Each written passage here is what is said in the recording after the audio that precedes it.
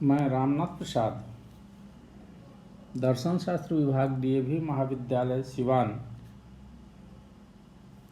से आज ऑनलाइन कक्षा के अंतर्गत आप सभी का स्वागत करता हूं। मैं आज छात्रों के विशेष मांग पर नीति शास्त्र या एथिक्स की कक्षा का आरंभ करने जा रहा हूँ। आज का व्याख्यान परिचयात्मक होगा, जिसमें नीति शास्त्र का स्वरूप और उसके विषय वस्तु पर विचार किया जाएगा।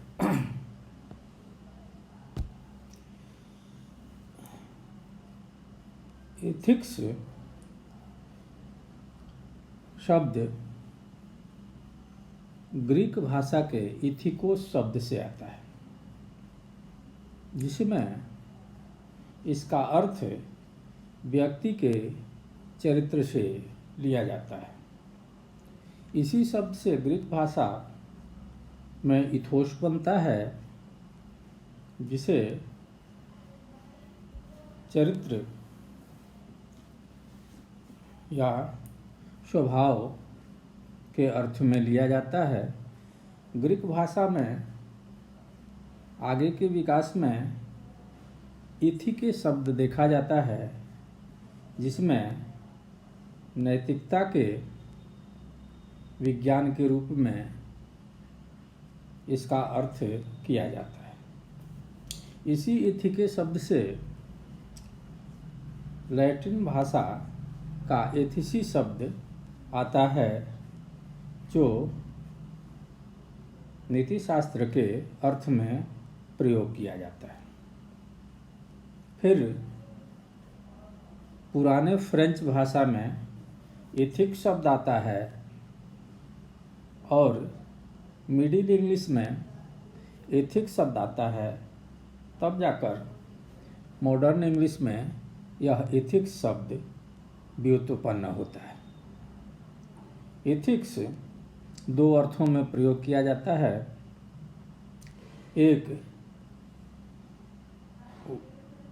राइट या रॉन्ग के अध्ययन के रूप में, या उचित और अनुचित के अध्ययन के रूप में, और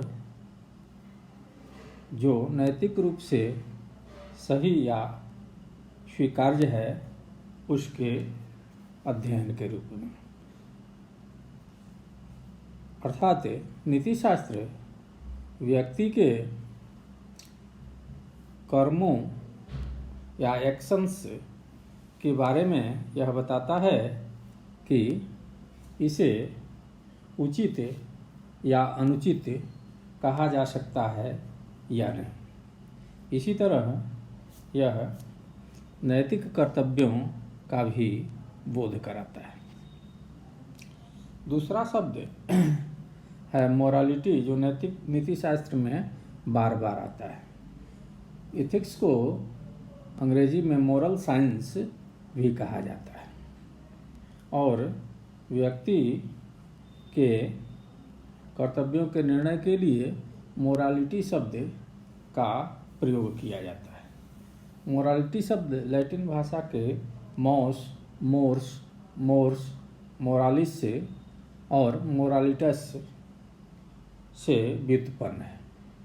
मॉस से मोर से मोर्स, और उसके बाद मोरालिस, और तब मोरालिटस शब्द आया है।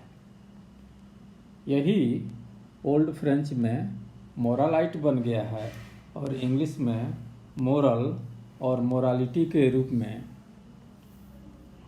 प्रयोग किया जाता है। इसका अर्थ उचित या अनुचित के सिद्धांत के रूप में, या व्यवहार के मानदंड के अध्ययन के रूप में जो समाज में स्वीकृत हो सकता है या स्वीकार्य या अस्वीकार्य कर्मों के अध्ययन के रूप में किया जाता है। सब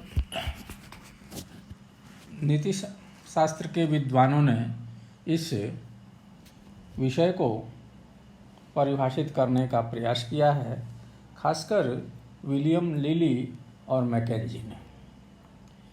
उसमें दोनों की परिभाषाएं लगभग एक जैसी हैं। विलियम लिली की परिभाषा ज़्यादा तर्कसंगत और व्यवस्थित है, इसलिए हम लोग उन्हीं की परिभाषा पर विचार करते हुए आगे बढ़ेंगे। विलियम लिली के अनुसार ethics is the normative science of the conduct of human being living in societies, अर्थात नीति शास्त्र या आचार शास्त्र वह नॉर्मेटिव साइंस है जो समाज में रहने वाले मनुष्य के व्यवहार का अध्ययन करता है। यहाँ इस परिभाषा के 3 भाग हो जाते हैं। एक एथिक्स नॉर्मेटिव साइंस है, दूसरा एथिक्स ह्यूमन कंडक्ट का स्टडी है और उस कंडक्ट को सोसाइटी के द्वारा एक्सेप्ट या रिजेक्ट करना है, तो सोशल नॉर्म्स भी इसमें आ जाते हैं। नॉर्मेटिव साइंस के बारे में जानने से पहले यह जान लेना जरूरी है कि साइंस 2 प्रकार का होता है, विज्ञान 2 प्रकार का होता है। एक डिस्क्रिप्टिव साइंस और दूसरा नॉर्मेटिव साइंस। डिस्क्रिप्टिव साइंस वैसे साइंस को कहा जाता है जिसमें वस्तु के स्वरूप का व्यवस्थित वर्णन किया जाता है। इसको कैसा होना चाहिए इससे कोई मतलब नहीं होता है, बल्कि वस्तु किस रूप में कार्य करती है, वस्तु कैसी है, इसी पर ज़्यादा जोर रहता है और एक तथ्यात्मक विज्ञान है। इसमें हम जिस विषय का अध्ययन करते हैं, जिस विषय वस्तु का अध्ययन करते हैं, उसको यथारूप प्रस्तुत करने का प्रयास करते हैं। फिर डिस्क्रिप्टिव साइंस 2 तरह का हो जाता है, एक नेचुरल साइंस और दूसरा सोशल साइंस। नेचुरल साइंस में हम लोग फिजिक्स, केमिस्ट्री, बॉटनी, जूलॉजी इत्यादि के बारे में अध्ययन करते हैं। इसी तरह सोशल साइंस में पॉलिटिकल साइंसेस इत्यादि सोशल साइंस विषय आ जाते हैं।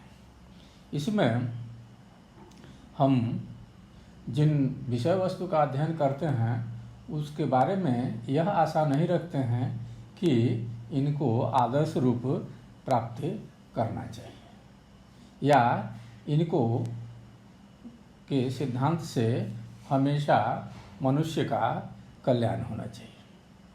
जैसे बम बनाने वाले ने विज्ञान का उपयोग किया, विज्ञान उसका सिद्धांत दिया, लेकिन उससे उसको आशा नहीं थी कि इससे कल्याण होगा या विनाश होगा। नॉर्मेटिव साइंस एक ऐसा साइंस है जो वस्तु के आदर्श स्वरूप का वर्णन करता है। वह वस्तु के तथ्य का वर्णन करता है, व्यवहार के तथ्य का वर्णन करता है और साथ ही साथ उसके आदर्श स्थिति का भी निर्धारण करता है। इसके अंतर्गत नीति शास्त्र, इकोलॉजी इत्यादि विज्ञान आते हैं। नीति शास्त्र इस अर्थ में एक नॉर्मेटिव साइंस है जो मानव व्यवहार का अध्ययन करता है और उसके आदर्श और समाज में स्वीकार्य रूप से स्थापित करने का प्रयास करता है। अब यहाँ नीतिशास्त्र में मानव व्यवहार सबसे महत्वपूर्ण हो जाता है। इसमें इसे ह्यूमन कंडक्ट कहा जाता है। ह्यूमन कंडक्ट के नैतिकता से संबंधित 3 आयाम होते हैं। एक, मनुष्य को जो व्यवहार कर रहा है उसको व्यक्तित्वपूर्ण होना चाहिए, अर्थात उसका व्यक्तित्व व्यवस्थित होना चाहिए, उसमें किसी तरह की असामान्य स्थिति नहीं होनी चाहिए। वह एक सामान्य व्यक्ति होना चाहिए जिसमें किसी तरह का कोई दोष नहीं हो, जैसे वो पागल नहीं हो या अन्य स्थितियां नहीं हो। उसी तरह से उसमें विवेक शक्ति होनी चाहिए ताकि वह विकल्पों में से किसी एक का चयन कर सके। तीसरी स्थिति, उसमें फ्री विल होना चाहिए, अर्थात वह अपने विकल्पों के चयन के लिए स्वतंत्र हो। तो हम लोग इसमें नीतिशास्त्र के अंतर्गत नीतिशास्त्र के स्वरूप का अध्ययन करेंगे, जिसमें इसको डिस्क्रिप्टिव साइंस से अलग नॉर्मेटिव साइंस के रूप में देखेंगे कि इसका नॉर्मेटिव साइंस के रूप में स्वरूप क्या है। साथ ही साथ हम ये देखेंगे कि ह्यूमन कंडक्ट के लिए जो परिस्थितियां हैं, जो मान्यताएं हैं, उसमें व्यक्तित्व का क्या अर्थ है, रीजन का क्या अर्थ है, विवेक का क्या अर्थ है और संकल्प स्वतंत्रता का क्या अर्थ है और उसका स्वरूप क्या है। इसके साथ ही साथ विलियम लिली के परिभाषा में ये भी स्पष्ट है कि इसमें सोसाइटी का महत्वपूर्ण योगदान है, क्योंकि नैतिकता के निर्धारण करने में नीतिशास्त्र को स्वरूप देने में मानव समाज का महत्वपूर्ण योगदान है, क्योंकि सोसाइटी ही फंडामेंटल मोरल कॉन्सेप्ट्स को देता है। फंडामेंटल मोरल कॉन्सेप्ट का अर्थ होता है मौलिक नैतिक संप्रत्यय, अर्थात शुभ क्या है, अशुभ क्या है, अनुचित क्या है, नैतिक क्या है, अनैतिक क्या है, अधिकार क्या है, कर्तव्य क्या है इत्यादि जो मौलिक संप्रत्यय हैं वे समाज से ही आते हैं। नीतिशास्त्र के अंतर्गत हम इनका अध्ययन करेंगे। साथ ही साथ जो नैतिकता के लिए सबसे महत्वपूर्ण अवयव है वह है मोरल स्टैंडर्ड। ये भी समाज या तो समाज निर्धारित करता है या समाज स्वीकार करता है। मोरल स्टैंडर्ड का मतलब है कि नैतिकता के निर्धारण के लिए, अर्थात किसी मानव व्यवहार को उचित या अनुचित सिद्ध करने के लिए किसी न किसी मानक का उपयोग किया जाता है।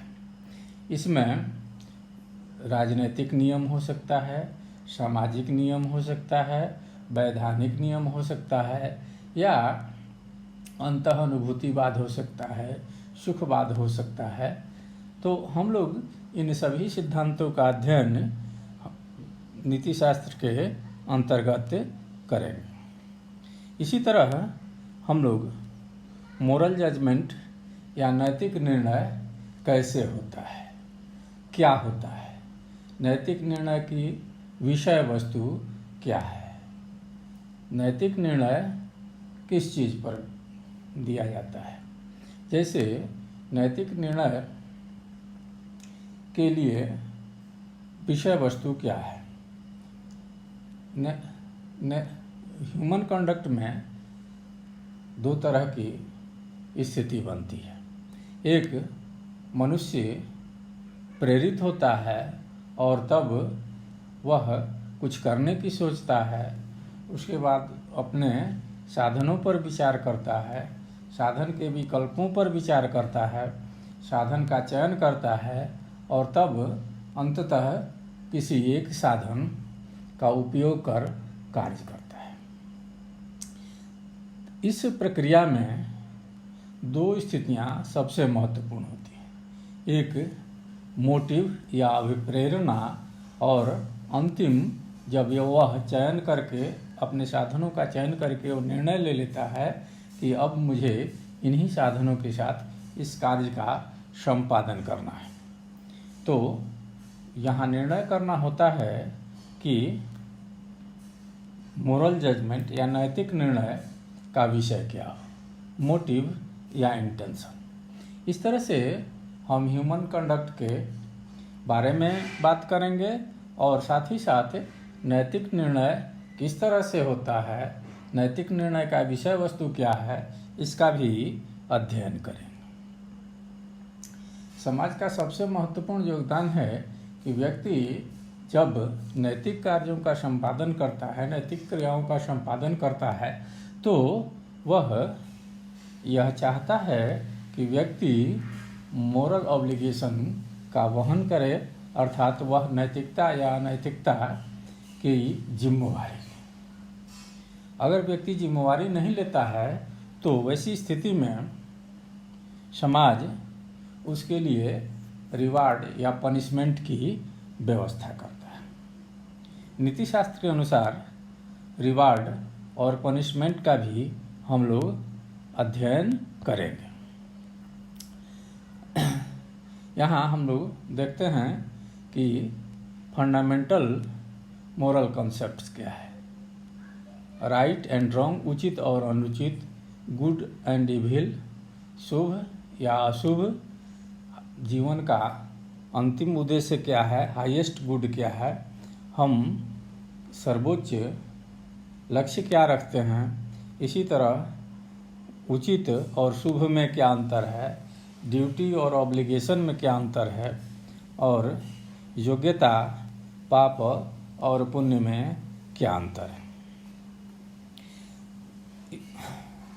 नीति शास्त्र में मोरल स्टैंडर्ड को तीन तरह से उत्पन्न बताया जाता है।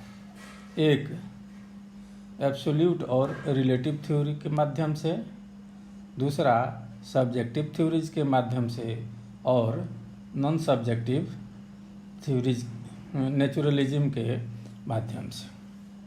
हम लोग नीति शास्त्र में इन सब विषय वस्तु का भी अध्ययन करें।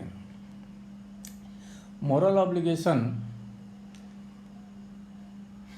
वह अवधारणा है जिसमें यह आशा की जाती है कि व्यक्ति में एक नैतिक चेतना होगी और व्यक्ति अपने को अपने कर्मों के लिए उचित या अनुचित का चयन स्वयं करेगा और अपने नैतिकता के प्रति जिम्मेवारी ग्रहण करेगा।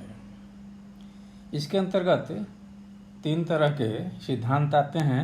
एक, लीगल थ्योरी अर्थात वैधानिक सिद्धांत, अंतःप्रज्ञा सिद्धांत और सुखवाद। इन्हीं तीनों चीज़ों से प्रेरित होकर व्यक्ति नैतिकता की जिम्मेवारी लेता है। और जैसा कि हमने देखा कि हम लोगों ने रिवार्ड और पनिशमेंट पर भी विचार किया था कि नीति शास्त्र में रिवार्ड और पनिशमेंट पर भी विचार किया जाता है। ये भी हमारे अध्ययन का विषय वस्तु है। पनिशमेंट तीन प्रकार का होता है। एक, रिट्रीब्यूटिव मतलब इसको, और दूसरा प्रिवेंटिव, और तीसरा रिफॉर्मेटिव, अर्थात एक बदले की भावना से समझा जाए इसको, और दूसरा प्रिवेंटिव अर्थात नैतिकता में अनैतिक तथ्यों के आने से रोकने के लिए, अर्थात कोई व्यक्ति अपराध करता है तो दूसरा व्यक्ति वैसा अपराध नहीं करे, इसको कम करने के लिए ये जो जिस पनिशमेंट की व्यवस्था की जाती है उसे प्रिवेंटिव थ्योरी कहा जाता है। और तीसरा रिफॉर्मेटिव थ्योरी, जिसमें व्यक्ति के सुधार के लिए उसे पनिशमेंट दिया जाता है।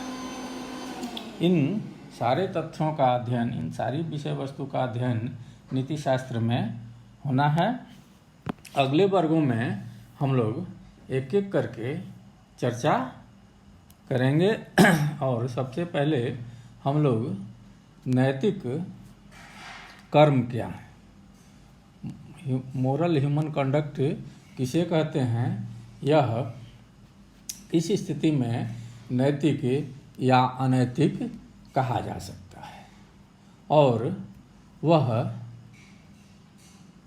किस तरह से नीति शून्य कर्मों से भेद रखता है। नीति शून्य कर्म क्या हैं, किन कर्मों पर नीति शास्त्र के नियम नहीं लागू होते हैं, इन्हें भी परिभाषित किया जाएगा और इनका भेद बताया जाएगा और तब उसके बाद यह अंतर किया जाएगा कि किन कर्मों को नैतिक या अनैतिक कर्म कहा जाएगा और किन कर्मों को नैतिक या अनैतिक कर्म की श्रेणी से अलग रखा जाएगा। अगला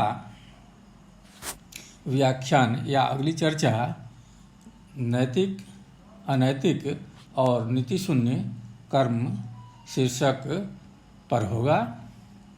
जल्द ही हम लोग मिलेंगे। धन्यवाद।